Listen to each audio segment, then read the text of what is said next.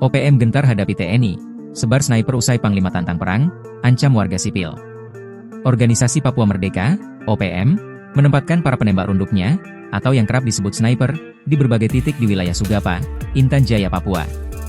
Juru bicara Tentara Pembebasan Nasional Papua Barat OPM, TPNPB OPM, Sebi Sambo menyatakan, Komandan Operasi TPNPB Kodap 13 Kegepan Ipo Udapaniai, Hosea Satuboma menyatakan mereka telah bersiap melakukan pertempuran bersama pasukan TPNPB Kodap 8 Intan Jaya melawan aparat militer Indonesia.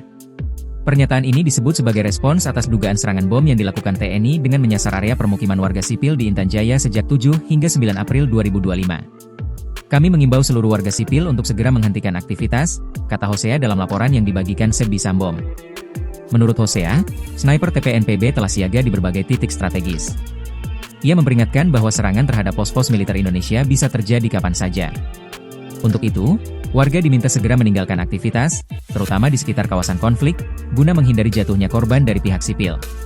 OPM menyatakan, imbauan ini dikeluarkan demi melindungi warga sipil sesuai prinsip hukum humaniter internasional, yang melarang keterlibatan warga non-kombatan dalam konflik bersenjata.